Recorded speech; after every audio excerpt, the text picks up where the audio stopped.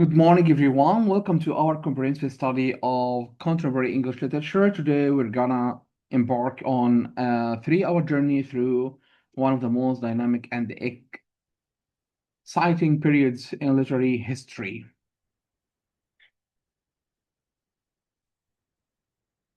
Course outline: historical and cultural context, key characteristics of contemporary literature, major themes explored, contemporary authors and their works, Camilla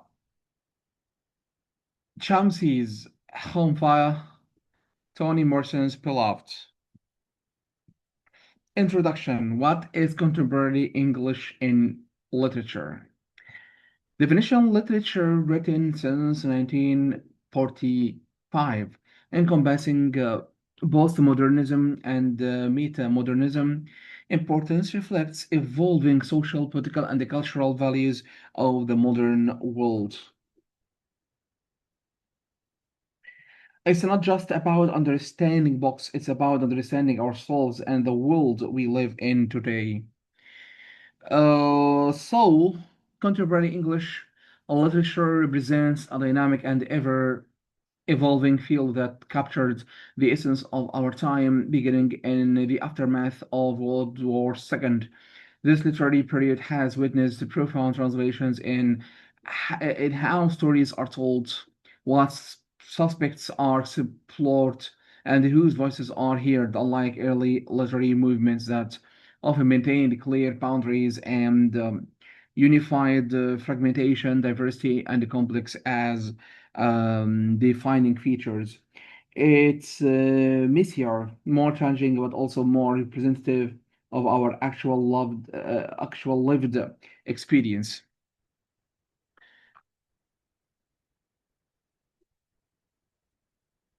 The postmodern movement engaged as writers began questioning grand narratives and absolute truths that had dominated Western thought. This skepticism led to experimental films, unreliable narrators, and stories that challenged readers to become active participants in constructing meaning. More recently, metamodernism has introduced a senses of postmodern irony with renewed sincerity and hope, reflecting your current cultural movement where when cynicism and optimism coexist.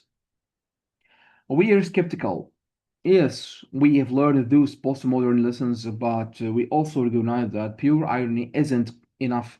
We need hope, sincerity, and commitment too. Understanding contemporary literature is essential because it serves as both a mirror and lamp reflecting the complexities of modern existence while illuminating paths forward. These works engage with pressing issues including identity politics, technological transformation, environmental crisis, and global interconnectedness. By studying contemporary literature, students develop critical thinking skills and cultural literacy necessary for navigating our increasingly complex worlds.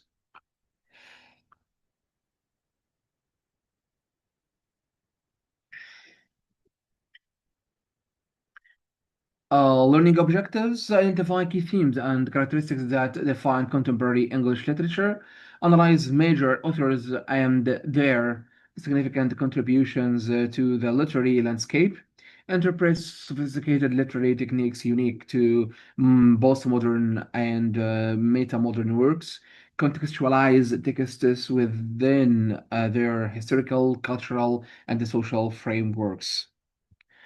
Learning outcomes: engaging in informed discussions of major contemporary texts with critical insight and depth, demonstrating nuanced understanding of historical and cultural contexts shaping the literature, applying advanced skills in literary analysis and critical thinking to diverse texts, making meaningful connections across different works, genres, and cultural perspectives. Now let's go to chapter one, historical and cultural context. The landscape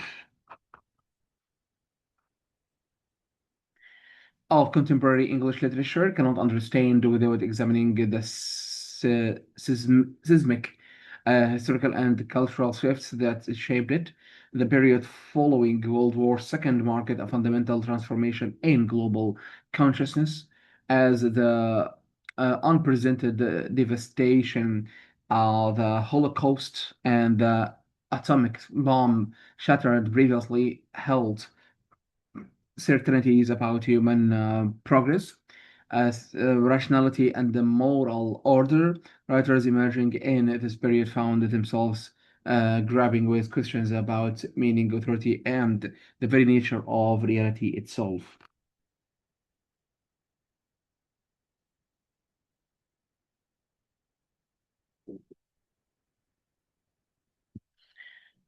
The post-modern movement arose from this crisis of faith as grand or in grand narratives and traditional structures of authority. Writers like Samuel Beckett, John Parth, and Thomas Pynchon embraced fragmentation, irony, and playfulness as responses to a world that seemed increasingly chaotic and unknowable. These questioned the reliability of narrative itself, experimenting with forms and challenging readers to abandon passive consumption in favor of active meaning making. This skepticism extended beyond the literature to encompass politics, religion, science, and all systems claiming universal truth. Nothing was sacred, everything was up for questioning. This might sound cynical, but it was actually liberating in many ways. It opened up space for multiple perspectives, for voices that had been marginalized by those grand narratives. So from 1945 to 1960s, post-war period emergence of existentialism and early postmodern experimentation. So, writers were asking, what does existence mean? What gives life meaning in the absence of traditional authorities and certainties? Now, let's go for 1960s to 1980s. High postmodernism, radical experimentation, mythification, and the destruction of traditional forms. This is when postmodernism really hit its stride, playful, ironic, self-aware, sometimes deliberately difficult. Now let's go to 1990s to 2000s. Late postmodernism continued innovation alongside a growing critic of postmodern cynicism. People started asking, is all this irony and skepticism enough? Doesn't something feel missing? Now let's go to 2010 present meta modernism, uh, oscillation between irony and the sincerity, hope and the skepticism. This is where we are now, trying to balance both modernism insights with renewed commitment to meaning, emotion, and ethics. Now let's go to transition to meta-modernism. The transition to meta-modernism reflects our current cultural movement, characterized by what theorists describe as oscillation between postmodern irony and renewed sincerity. Contemporary writers like David Foster Wallace, Zadie Smith, and Ali Smith navigate between skepticism and hope, acknowledging postmodern insights while seeking authentic emotional engagement and ethical commitment. This shift responds to global challenges, climate change, digital revolution, migration crises that demand more than detached irony, calling for literature that can hold complexity while maintaining emotional and ethical stakes. So when faced with existential threat like climate change, pure irony feels inadequate. We need the story that move us to action, that help us feel and care, while still maintaining intellectual sophistication. Now let's move to fragmented narratives. Understanding these movements as responses to specific historical moments helps since recognize that literary forms and techniques were never arbitrary, but rather emerged from writers' urgent need to capture and respond to their times. Contemporary literature continues this tradition, consistently evolving to address our changing world.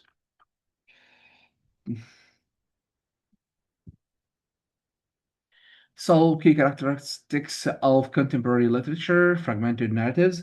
Contemporary literature frequently abandons linear storytelling in favor of fragmented, non chronological structure that mirror the complexity and disorientation of modern experience.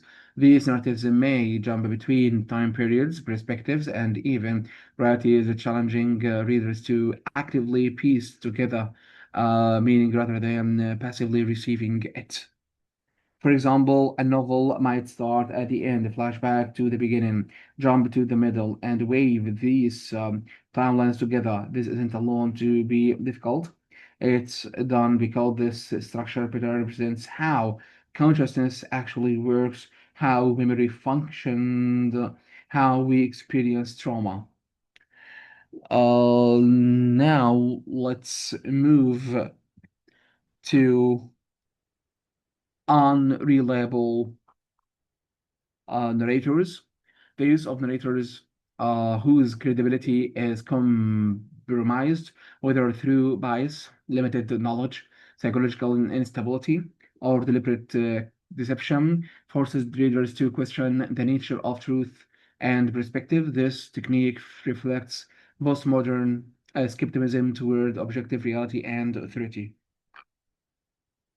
If there is no single truth, if everyone see the world differently based on their position and experience, then why should we trust any narrator completely?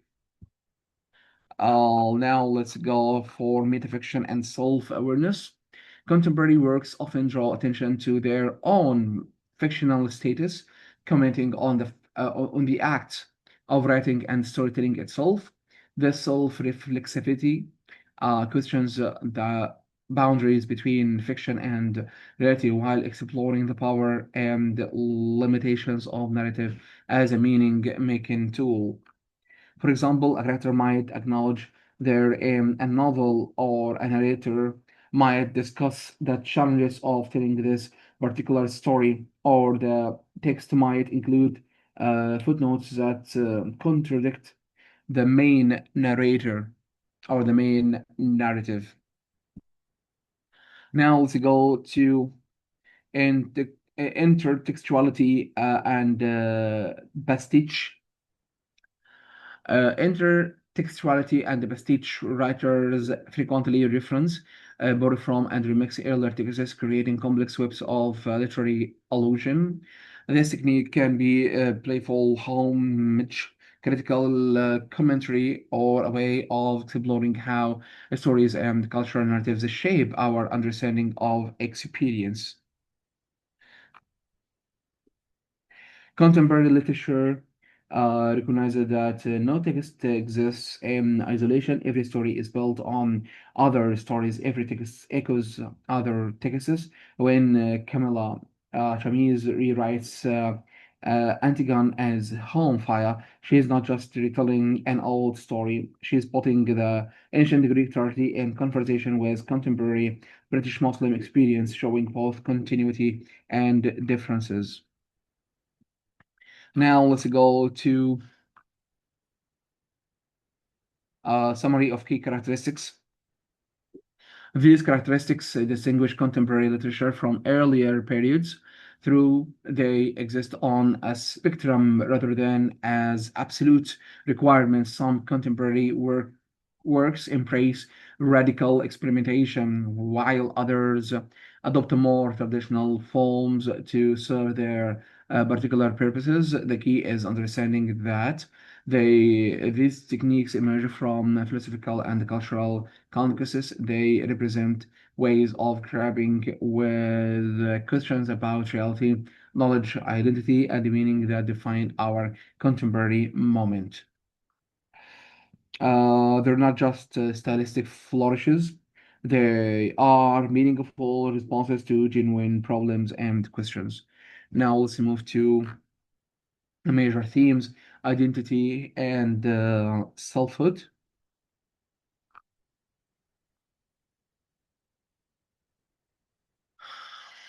But before we come to this, we have to say that the shift toward greater authenticity and emotional engagement in recent meta-modern works doesn't abandon these techniques, but rather employ them differently. Rather, they use fragmentation not merely for its own sake, but to capture genuine complexity.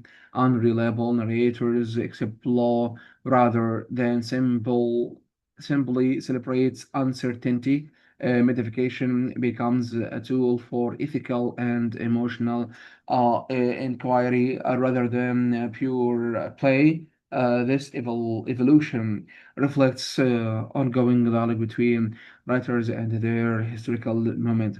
As contemporary literature continues to develop new strategies for representing our rapidly changing world. Now let's go to major themes explored identity and selfhood. Exploration of race, gender, sexuality, and cultural identity in increasingly diverse societies, fragmentation, human experience in a chaotic, uncertain world lacking un or unified meaning. Now let's go for political critic, examination of war, colonialism, capitalism, and systems of oppression. Um Reality and authority, deconstruction of the traditional power structures and questioning of absolute truth, globalization, effects of interconnectedness, migration, and cultural collision in the modern world, technology and the media, impact of digital culture on human connection, consciousness, and storytelling itself.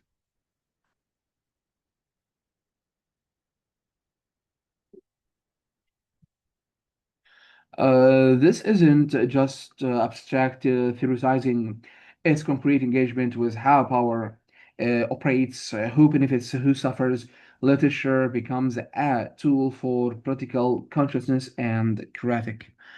Here we have to say that. How has the internet changed how we relate to each other? How do smartphones affect our attention? How does social media shape our identities? Contemporary literature grapples with these urgent questions. So,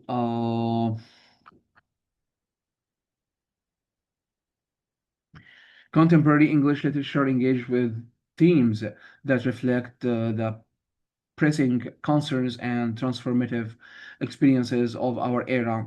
The question of identity has become increasingly complex and central as globalization, migration, and digital culture create fluid, hybrid identity that challenge traditional categories.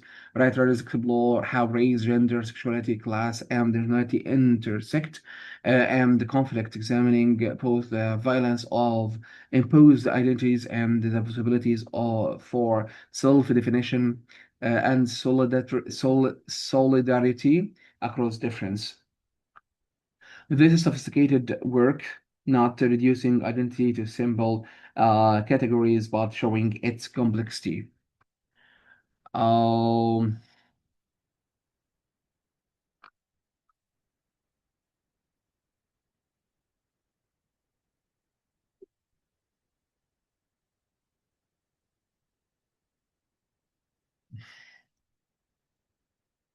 The theme of reality and authority connects to postmodernism's core skepticism toward the grand narratives and absolute truths.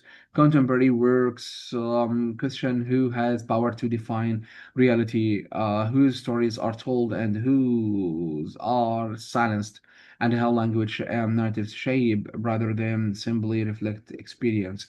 This skepticism extends to examining political and social structures, with many contemporary writers offering pointed critiques of war, colonialism, capitalism, and various forms of systematic oppression.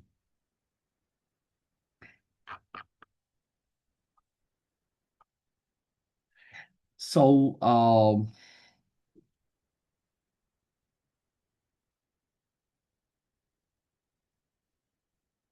globalization emerged as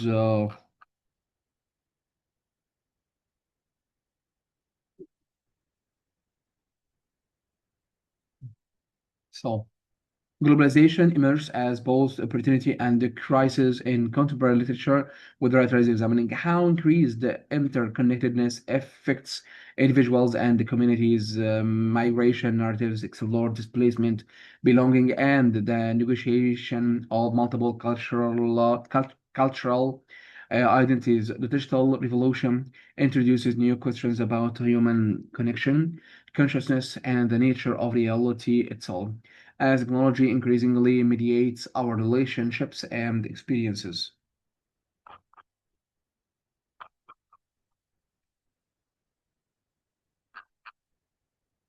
Okay,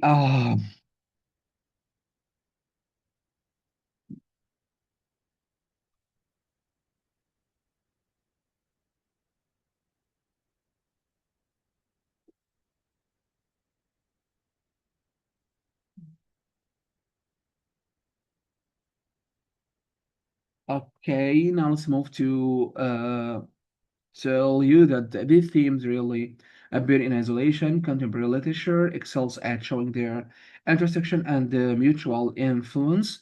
A single work might explore how technology shapes identity formation, or how global capitalism affects intimate relationships, or how historical trauma continues to reverberate through generations in post-colonial contexts. This thematic richness and complexity challenges readers to think critically about the world around them and their place within it. Now let's go to influential uh, contemporary authors and their works. Uh,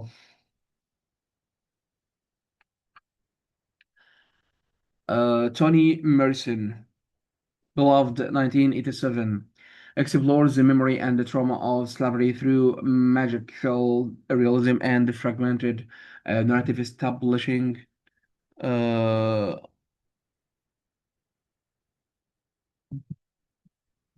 Morrison as a towering figure in American and global literature.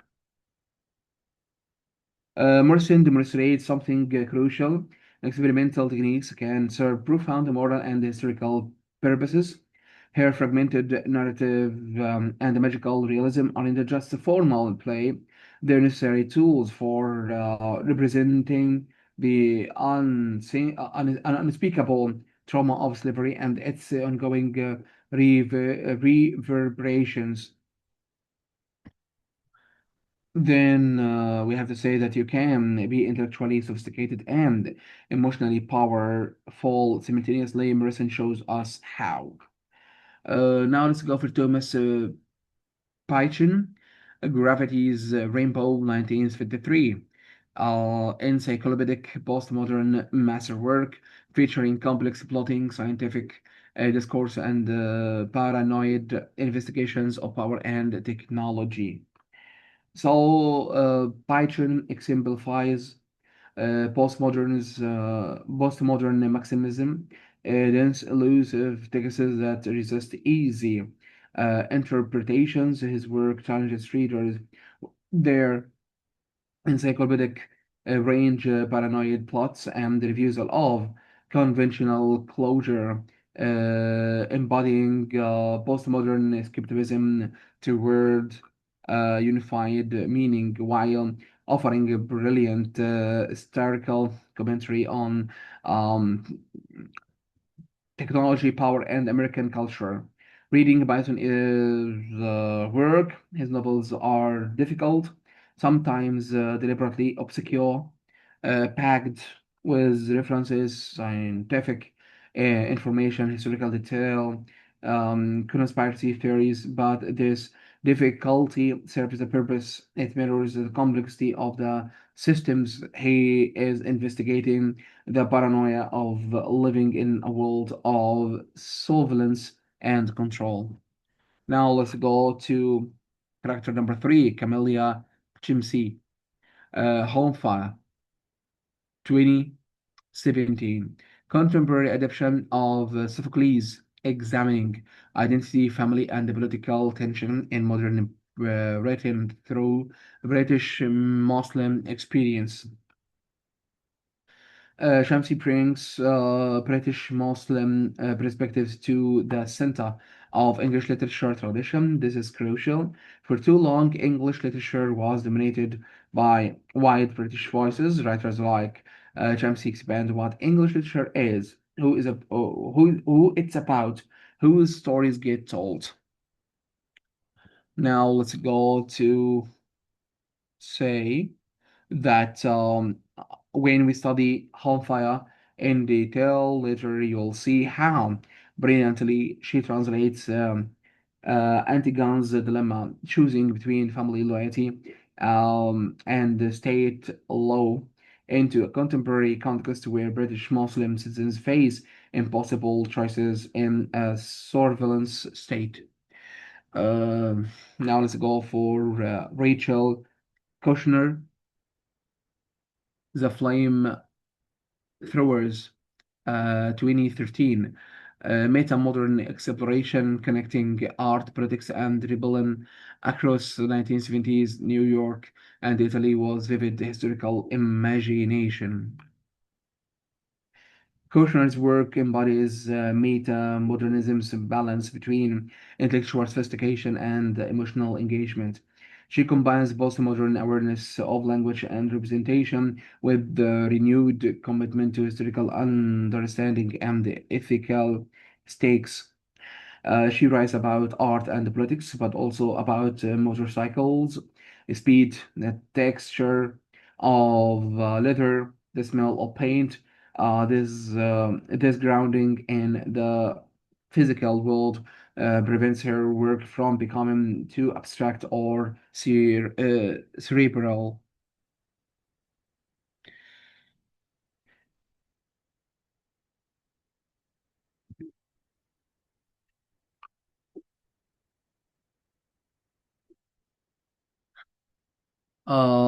These authors represent different standards within contemporary literature, from high postmodernism to metamodernism. Since Toni Morrison's work illustrates how experimental techniques serve profound moral and historical purposes, using fragmented narratives and magical realism not as formal play but as necessary tools for representing the undertakable trauma of slavery and its ongoing reverberations. Her lyrical prose and complex characterization prove that formal innovation and emotional depth are not opposed but complementary.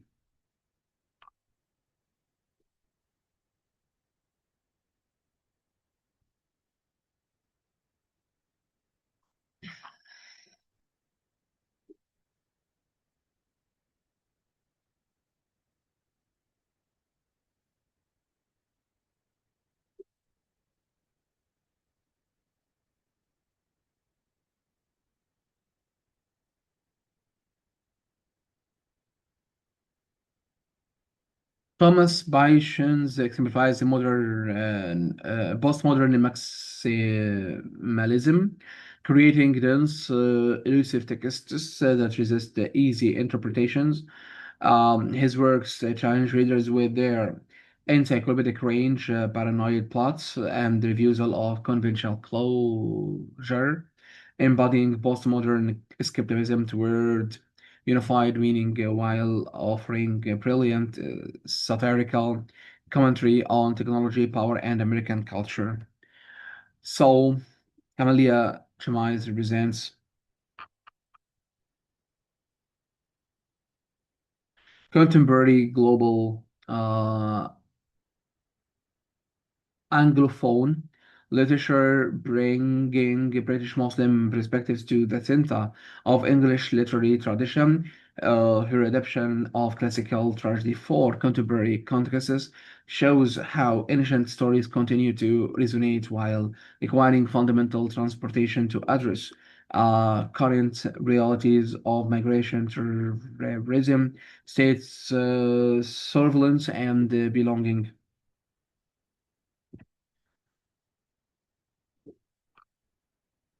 Okay, Rachel Kushner's work embodies meta-modernism's balance between intellectual sophistication and emotional engagement, combines postmodern awareness of language and representation with renewed commitment to historical understanding and ethical stakes. Her vivid sensory prose and attention to material culture ground abstract, political, and aesthetic questions in lived experience.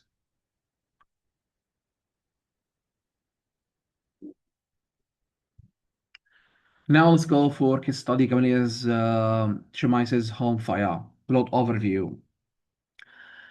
The novel follows the Pasha family siblings Isma, Anika, and Bervais, British Muslims navigating identity, loyalty, and the belonging to or belonging in contemporary London. When Bervais is radicalized and travels to Syria to join ISIS, or the family faces devastating consequences that escalate when Anika's relationship with Imon, son of British Home Secretary, becomes public.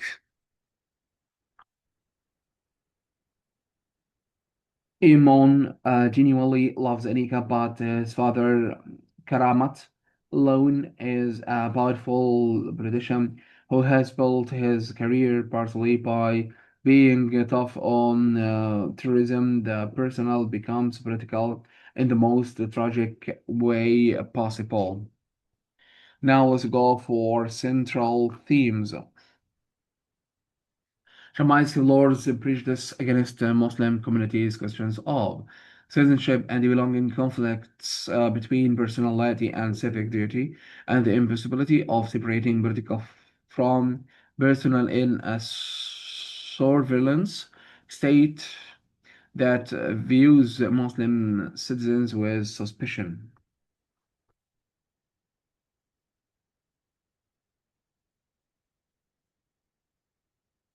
Everything is political when the state monitors your communications, when loving your brother becomes a security risk, when your relationships are viewed through the lens of counterterrorism. Narrative technique. The novel employs multiple perspectives, dedicating sections to different characters' viewpoints. This technique creates emotional complexity and prevents easy moral judgments, forcing readers to empathize with multiple, sometimes conflicting positions. These are no simple heroes or villains here, just people trapped in an impossible situation created by larger political forces. Classical framework.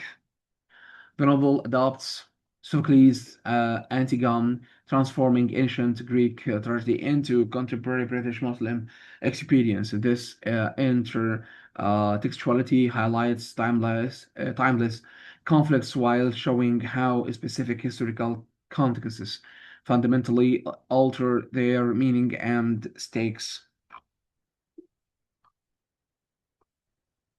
Antigone could claim her brother's body, she'd face death, but the moral lines were relatively clear for Erika, claiming Barvey's means, confronting Islamophobia, surveillance, media spectacle, and the politics of terrorism. The stakes are both similar and completely different.